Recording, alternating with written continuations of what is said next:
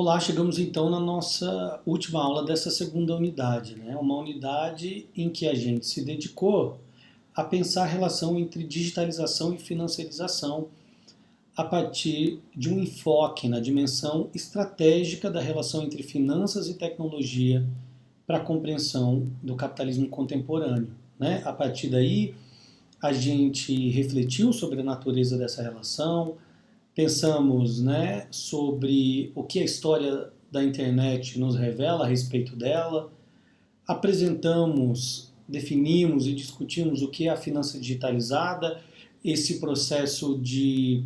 materialização, de objetivação dessa relação entre finanças e tecnologia, financiarização e digitalização, capitalismo financeiro e revolução informacional, da onde a gente passou a entender, né, a bem enquadrar de onde vem, afinal de contas, as criptomoedas, o Bitcoin, os NFTs, qual é a sua lógica de funcionamento, o que elas são, né, inovações financeiras, vamos dizer assim, que surgem precisamente desse cenário de conexão ubíqua, de processamento de máquina avançado, de um conjunto de ideias, né, que se tornam hegemônicas nessa fase do capitalismo e que se expressam, né, por valores e formas de entender a relação entre economia, sociedade, cidadania típicas do neoliberalismo, os arranjos técnico-institucionais da finança digitalizada, que todos eles juntos, né, abrem cenário, né, nesse mundo da internet, nesse mundo da digitalização, da financiarização, para o aparecimento, né, do Bitcoin, das criptomoedas, que estão intimamente relacionadas a esse quadro mais amplo, que foi o meu grande objetivo tratar nessa unidade com vocês. Né? Quer dizer, mais do que definir em específico o que é Bitcoin, criptomoedas, NFT, algo que eu também, né, já fiz em outros trabalhos, que eu convido vocês a acessarem, a literatura indicada para cada uma dessas aulas, né, desdobra os elementos que foram aqui discutidos, ilustram, evidenciam, aprofundam. Né? Então, eu mais uma vez convido, indico vocês a acessarem essa literatura, que é uma literatura, né, simples, direta, em alguns casos informal, né, porque são conversas, entrevistas, que desdobram outros elementos, como a dimensão ideológica por trás desses processos, a dimensão e os desdobramentos mais propriamente políticos dessas dinâmicas, a sua história mais ampla e assim por diante. Tendo feito isso, né, tendo passado pela finança digitalizada, pelo Bitcoin, pelas criptomoedas e pelo NFT, pela história da internet, pela relação mais ampla entre finanças e tecnologia, a gente pode então fazer alguns apontamentos a respeito dessas dinâmicas no Brasil, né? E aí cumpre começar anotando, por exemplo, que sobre a finança digitalizada os dados são bastante eloquentes, né? Eu já mencionei o fato de que cerca de 40%, às vezes um pouco mais, às vezes um pouco menos, quase metade das operações de mercado no Brasil ocorrem hoje por mecanismos de negociação automatizada, né? Por robôs de negociação. Um número que vem crescendo substantivamente, ao menos desde 2010. Eu exploro esses dados longamente no meu livro A Finança Digitalizada, Capitalismo Financeiro e Revolução Informacional, que eu também recomendo vocês acessar. O mesmo movimento indica um crescimento da penetração no mercado de capitais do Brasil dos chamados HFTs, né, dos algoritmos de negociação automatizada de alta velocidade, de alta frequência, né, aqueles que operam na margem dos milissegundos na arbitragem de papéis e de instrumentos financeiros, algo que também vem numa crescente no Brasil. O que demonstra também um aumento do número médio de negócios realizados na nossa Bolsa de Valores, um aumento da concentração, né,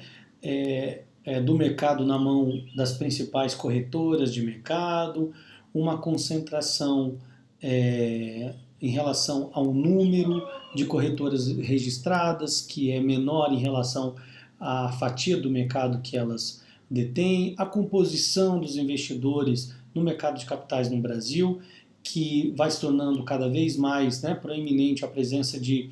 grandes investidores institucionais, investidores estrangeiros, que todos eles crescem em importância e diminui, claro, a participação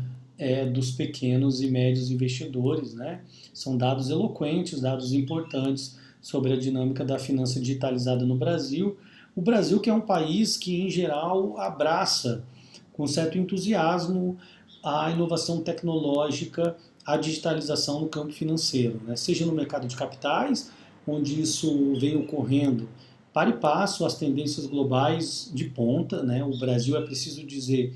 tem um dos mercados de capitais, né, mais tecnologicamente avançados do mundo, do ponto de vista operacional, né, não deixa a dever para nenhum grande mercado de capitais. Em alguns casos, né, os instrumentos, os mecanismos que estão em operação no Brasil são até mais avançados do que alguns mercados europeus, né, alguns mercados inclusive nos Estados Unidos, né,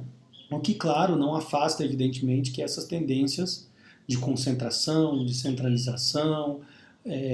de desigualdade se verifiquem, né, de intensificação da imprevisibilidade, da opacidade em certo aspecto, ainda que a transparência abunde em outro, continue se revelando, né? Então, esses processos gerais e amplos que eu defini, a espiral de complexidade, o ciclo de operação da finança digitalizada também se verificam, evidentemente, aqui, né? Mas eu dizia para vocês que o Brasil é um país que, em geral, adota com entusiasmo, né? Se a gente olha, por exemplo, para o nosso setor bancário, ele é um setor que se digitalizou, que se informatizou com maior velocidade, inclusive com maior competência e qualidade do que o de outros lugares do mundo, né? O nosso setor bancário, ele é um setor mais automatizado, mais digitalizado do que a média, inclusive em mercados economicamente avançados, como eu disse, na Europa, em outros lugares. E isso tem um desdobramento importante, né? Se a gente fala, por exemplo, da maneira de como os bancos, o Banco Central, as instituições financeiras se relacionam nesse particular, né? Um exemplo significativo é o setor de fintechs no Brasil, que é um setor forte, crescente, né? Em que você tem algumas das startups de tecnologia financeira mais importantes da América Latina, né, que se expressam seja por meio de corretoras, mas também de serviços financeiros, de novos bancos digitais, né? A gente sabe que esses bancos têm se multiplicado no Brasil, ganhado uma fatia de mercado significativo, né, atingindo uma parcela da população muito importante, numa velocidade, numa intensidade que é a maior da América Latina e uma das maiores do mundo. O Brasil é não só um mercado importante nesse particular, mas também um produtor significativo de tecnologia financeira para o mercado de capitais e para os bancos. Isso se vincula também a outros avanços que começam a ser adotados de maneira pioneira no país, é o caso, por exemplo, do PIX, o sistema de pagamento desenvolvido pelo Banco Central em parceria com os bancos comerciais e que justamente é um caso típico, né, em que os interesses, as dinâmicas, as disputas se revelam na materialização de sistemas tecnológicos, né? Quer dizer, a adoção do PIX é também uma forma do grande setor bancário oligopolista no país de antecipar tendências de mudanças tecnológicas, de certo modo, né, que se apontam quase como que inexoráveis e que cedo ou tarde seriam implementadas, né, como já vêm sendo implementadas por outras empresas de fora desse pool. Então, né, há uma antecipação desse setor em adotar o PIX, né, antes que as grandes Big Techs, que as grandes empresas de tecnologia o façam, como já estão fazendo, inclusive, né? Então, o que a gente observa, né, à luz da finança digitalizada, da relação entre finanças e tecnologia, do desenvolvimento das inovações financeiras que marcam com muita clareza essa relação entre neoliberalização e digitalização e financiarização, que, para ficar numa imagem, né, em que cada vez mais os bancos se parecem com empresas de tecnologia e as empresas de tecnologia buscam emular, se parecem cada vez mais com instituições financeiras, com bancos, dada a interpenetração entre capital financeiro e lógica informacional, entre dados, informações e capital fictício, capital na forma de dinheiro circulante em alta velocidade nesses mercados, nesses circuitos, né? Portanto, o PIX, né, e a própria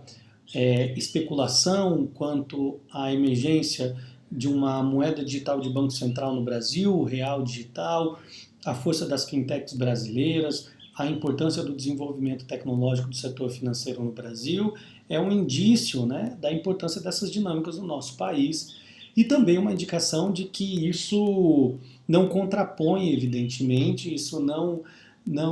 se contradiz de todo, né, ainda que não deixe de ser, do ponto de vista mais amplo, um paradoxo com o desemprego, com a desigualdade, com a pobreza crescente no país nos últimos anos, né? Os lucros recordes dos bancos continuam ocorrendo ano a ano, inclusive no último período, marcado por uma grande crise e profunda crise econômica no país, e a robustez, digamos assim, dessa relação entre finanças e tecnologia se expressa de maneira muito autocentrada e autorreferenciada no setor financeiro, dado que, como a gente viu, né, no final da unidade anterior, o país passa por uma longa e já contínua, em algumas décadas, regressão produtiva, desindustrialização, perda de complexidade econômica e assim por diante, né, de tal maneira que o setor financeiro no Brasil ele vai se constituindo como um enclave de avanço tecnológico de ponta, voltado justamente para essa lógica de auto e retroalimentação do ganho financeiro, justamente como a gente viu na definição de finança digitalizada, que a gente viu perpassar a lógica das criptomoedas e assim por diante, né? Então, o setor financeiro no Brasil, o setor bancário no Brasil é ao mesmo tempo um exemplo e uma antecipação, né, dessas tendências, né? É algo que a gente deve continuar prestando atenção para entender como esse processo vai se dar e vai se desenvolver no próximo período, né? Portanto, essa lógica, como eu dizia, autocentrada, autoconfigurada, da relação entre finanças e tecnologia no setor financeiro, ela é perpassada pelos conflitos, pelas disputas, pelos valores e por lógicas de poder que também têm desdobramentos na vida política e social, né, na definição, por exemplo, do funcionamento da lógica eleitoral, né, da ocupação de posições estratégicas no Estado e assim por diante, né? Bem, continuando a falar de uma lógica autocentrada, a gente pode ir para o mercado e para o mundo das criptomoedas no Brasil. E um dado que é muito significativo, né, sobre essa penetração, sobre essa importância crescente, sobre essa adesão dos brasileiros às criptomoedas, é de que hoje, né, o número de investidores brasileiros em criptomoedas, sendo o Bitcoin a principal protagonista desse investimento, já está chegando em cerca de 1,5 milhão de pessoas, que é mais do que o dobro do número de CPFs cadastrados na Bolsa Brasileira, B3, hoje em torno de 620 mil. Portanto, é um número muito significativo de pessoas que está hoje investindo em criptomoedas, especulando com criptomoedas, pequenos investidores, um mercado que a gente poderia dividir, assim, né, de algum modo, nos seguintes setores. De um lado, aqueles que são os criptoevangelistas, né, que vendem cursos, que vendem esquemas de investimento, que de alguma forma atuam na cadeia de intermediários, né,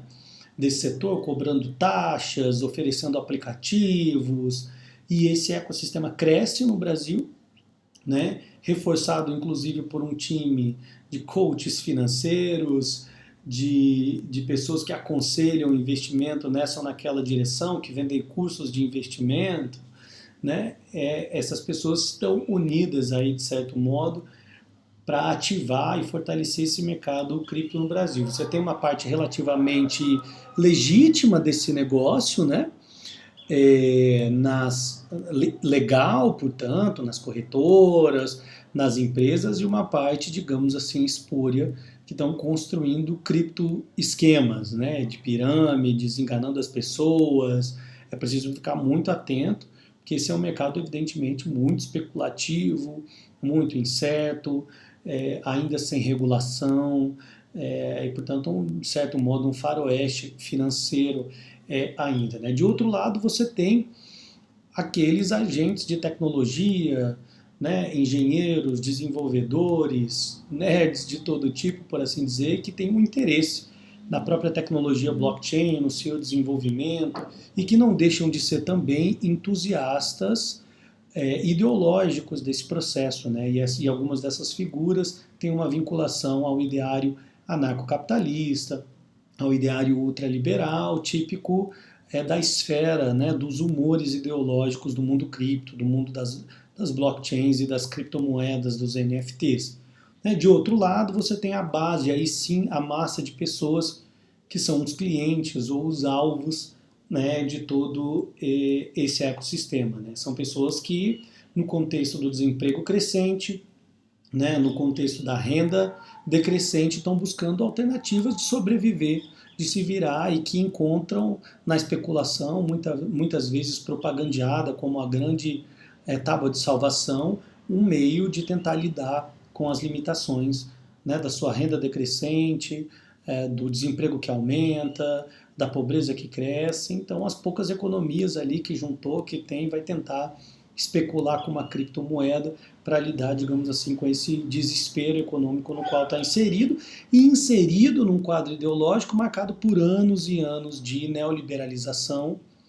né? Um quadro ideológico e que, mais importante do que buscar saídas coletivas mais amplas de organização política e social e econômica para lidar com essa situação, é necessário ser um empreendedor de si mesmo, ser a empresa de si, né, a filosofia de que todos somos empreendedores e que podemos ser especuladores em potencial no mercado financeiro. É evidente que essa lógica é extremamente limitada para o investidor individual. Né? Essa é uma lógica dos grandes capitais, dos grandes investidores, que tendem a ser aqueles que realmente se beneficiam às custas daqueles que perdem. Né? Portanto, é um mercado que funciona também em grande medida nesse registro, ainda que alguns possam, né, ganhar aqui e ali. Portanto, a composição e a conformação do mundo cripto no Brasil hoje é essa. A finança digitalizada, né, é algo bastante forte, penetrado, e que em alguma medida por definição, né, por excelência, a maneira de como o sistema financeiro existe no país, algo que se conecta já a uma tradição no Brasil de desenvolvimento tecnológico no setor bancário, no setor financeiro, que aponta justamente para o fortalecimento do poder desses atores no controle desses avanços tecnológicos, que são avanços tecnológicos, de novo, que atuam justamente em lógicas autocentradas de valorização do capital financeiro, mais do que um espraiamento do desenvolvimento tecnológico para outras áreas econômicas, ou que se refletiria eventualmente em emprego, em oportunidades, em uma economia, né, mais complexa, mais, enfim, desenvolvida tecnologicamente em sentido amplo e assim por diante. Não, né? Esse setor do desenvolvimento financeiro tecnológico, ele se torna, digamos assim, uma ilha, né, com altos ganhos, com altos desenvolvimentos, diante, né, de um processo mais amplo de regressão tecnológica, produtiva, industrial, e assim por diante, né, marcando justamente um dos quadros dessa heterogeneidade tecnológica que historicamente caracteriza a economia brasileira, com seus desdobramentos sociais e políticos, dentre os quais a desigualdade, a concentração e centralização de capitais, os lucros recordes das instituições financeiras num contexto de crise econômica, né, para todas as outras áreas da economia e assim por diante. Nesse quadro da finança digitalizada, eu acho que no Brasil cumpre a gente pensar isso como um desafio, né, econômico e político, primeiro, para ser bem compreendido, e segundo, para que seja objeto, né, da nossa reflexão quanto a como lidar, né, politicamente, economicamente, socialmente com essas dinâmicas. Né? Eu acho que uma outra imagem que eu gostaria de deixar com vocês ao final dessa unidade, além dessa de que no capitalismo contemporâneo cada vez mais grandes empresas de tecnologia emulam, né, a ação de instituições financeiras, e cada vez mais as instituições financeiras dos bancos se parecem com empresas de tecnologia, né? Fazendo um parênteses muito rápido aqui, que há muitas fintechs no Brasil, né, startups de tecnologia financeira que emergem com muita força de maneira inovadora e são sempre compradas pelos grandes bancos no Brasil que preventivamente se antecipam ou desenvolvendo internamente essas tecnologias ou comprando, né, de terceiros quando elas são desenvolvidas, né, externamente, para que assim, né, não sejam retirados da sua posição de dominância financeira e tecnológica nesse mercado. Mas além dessa imagem, eu gostaria que vocês ficassem com uma outra, né, que de certo modo a economia digital pode ser compreendida por uma relação entre descentralização técnica, ou seja, crescentemente o desenvolvimento de mecanismos tecnológicos voltados a lógicas distributivas, descentralizadas, interconectadas, ramificadas e enraizadas em lógicas, né, mais capilarizadas de operação técnica, mas que se encontram, né, que se fortalecem justamente para ampliar a concentração e a centralização política no fim da história, ou seja, uma desintermediação que, de certo modo, ameaça alguns dos grandes atores do ponto de vista técnico-constitucional, mas uma pressão pela desintermediação que, no limite, se revela em reintermediação, né, em outras bases, em outros arranjos que se encontram, no limite, então, com concentração e centralização política e econômica. Acho que essas seriam algumas tendências, algumas imagens que nos possibilitariam, digamos assim, sumarizar, né, fechar mais ou menos no âmbito do encerramento dessa nossa segunda unidade, algumas questões em torno da relação entre finanças e tecnologia, financiarização e digitalização, as finanças digitalizadas, o Bitcoin, as criptomoedas e as próprias tecnologias financeiras no contexto brasileiro. A gente segue, então, pensando agora na entrada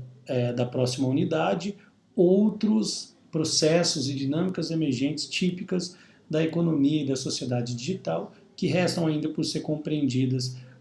de maneira, claro, né, introdutória, panorâmica, como vocês estão vendo aqui, nesse nosso curso, e que, guardadas as suas diferenças e as suas particularidades, estão intimamente relacionadas com o que a gente viu nas unidades anteriores. Eu espero vocês lá. Até!